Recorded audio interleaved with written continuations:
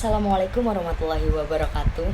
Perkenalkan, nama saya Sylvia Limatus Sa'adiah dengan NIM 11940402120, kelas PMI 6C.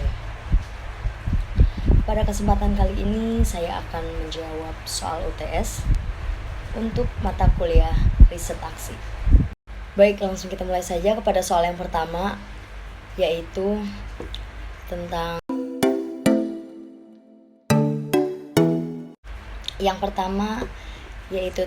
riset aksi.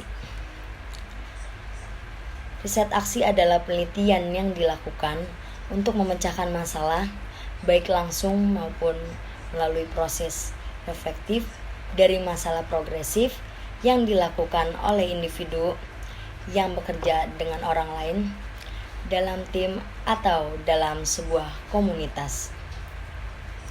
Riset aksi juga dapat diartikan sebagai proses partisipatif demokratis dengan yang bersangkutan dan dengan mengembangkan praktis mengetahui dalam mengejar tujuan manusia bernilai sementara yang didasarkan pada pandangan dunia yang partisipatif.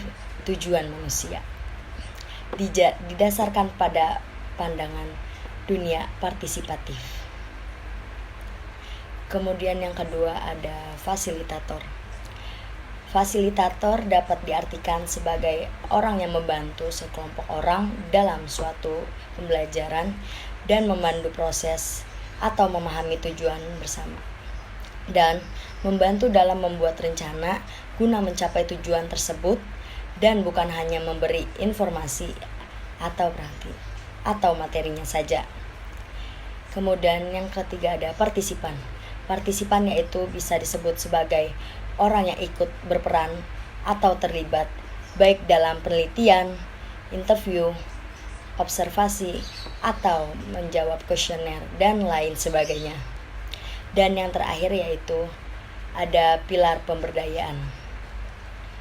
Pilar pemberdayaan merupakan peta jalan yang berisi rambu-rambu pemerintah dan seluruh pemangku kepentingan pemberdayaan masyarakat agar jalan menuju terbangunnya komitmen bersama bagi keberlanjutan pemberdayaan masyarakat dan penanggulangan kemiskinan di Indonesia dapat ditempuh secara efektif. Dalam peta jalan ini, rambu-rambu yang dimaksud tertuang dalam 5 pilar. Dan untuk setiap pilar, pemerintah telah merumuskan rencana aksi, baik berupa sasaran akhir maupun langkah kebijakan yang optimal. Adapun 5 pilar pemberdayaan masyarakat, yaitu diantaranya 1. Penguatan kelembagaan masyarakat. Yang kedua, peningkatan kapasitas dan berkelanjutan pendamping masyarakat. 3. Mengembangkan organisasi dan kepemimpinan. 4. Peningkatan peran pemerintah daerah. Dan yang terakhir yang kelima yaitu integrasi program. Lalu pertanyaan yang kedua yaitu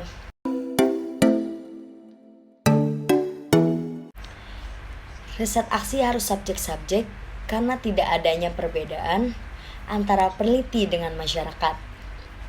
Peneliti harus dipandang sama dengan yang diteliti atau masyarakat agar tidak adanya jarak dan agar masyarakat dapat berpartisipasi dalam penelitian.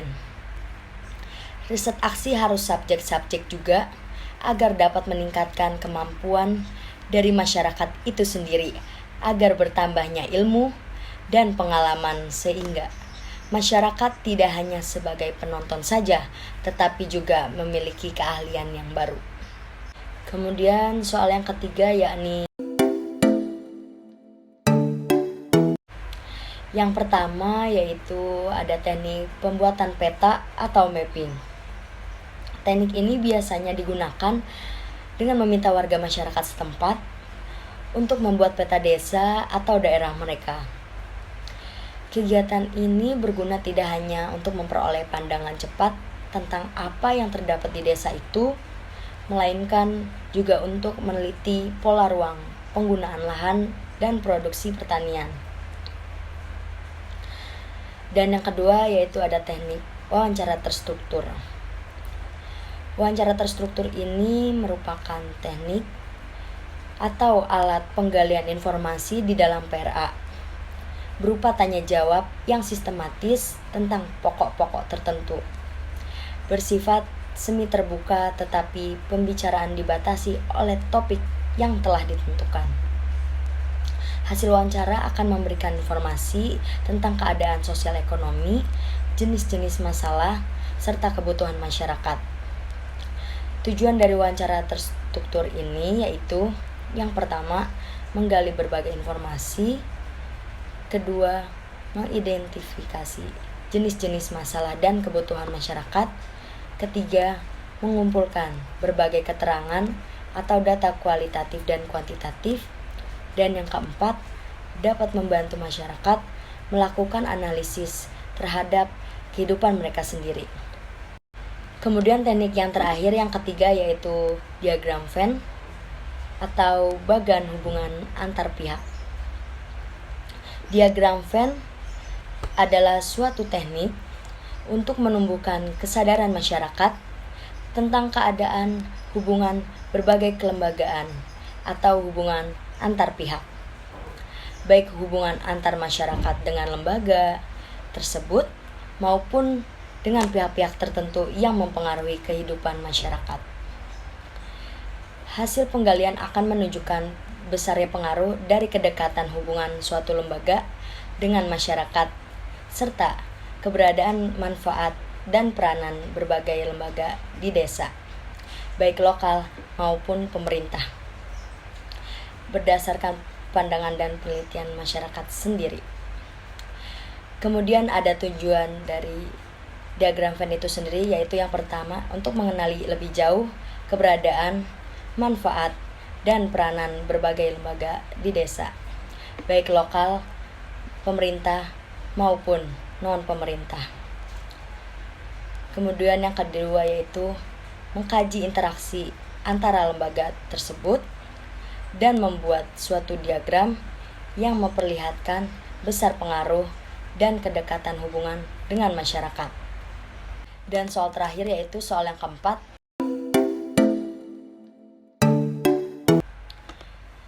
Tahapan riset aksi dari sistem Sisdamas ini ada 8 tahapan, yaitu yang pertama, soswal atau sosialisasi awal dan rembuk warga.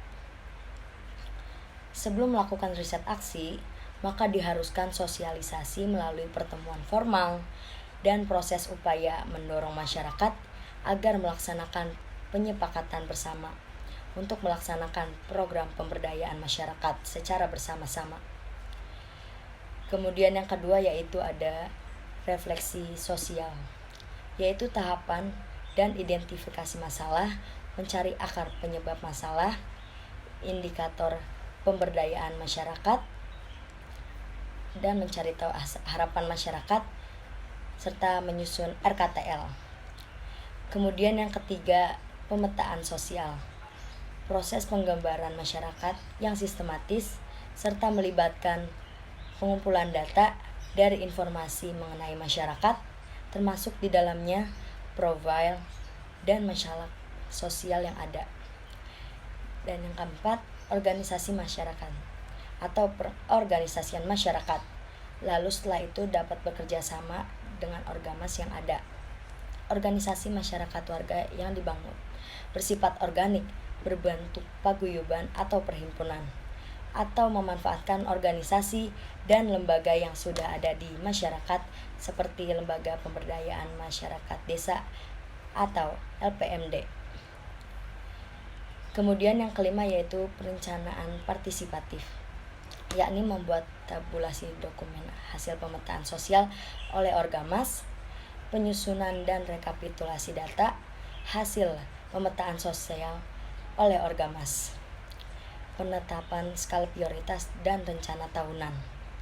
Kemudian ada sinergi program, penetapan kegiatan sinergi dengan musrenbang, menggalang keswadayaan masyarakat dan menyusun rencana kerja tindak lanjut.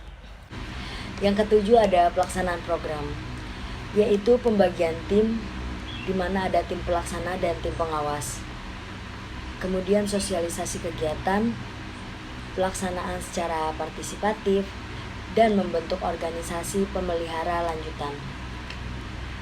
Kemudian yang terakhir yaitu ada monitoring dan evaluasi, yakni rembuk warga untuk monef oleh Orgamas, laporan dari tim pelaksana, laporan dari tim pengawas, menyusun rekomendasi dan refleksi bersama, serta menyusun rencana kerja tindak lanjut. Mungkin cukup sekian yang dapat saya sampaikan dari hasil jawaban UTS riset aksi.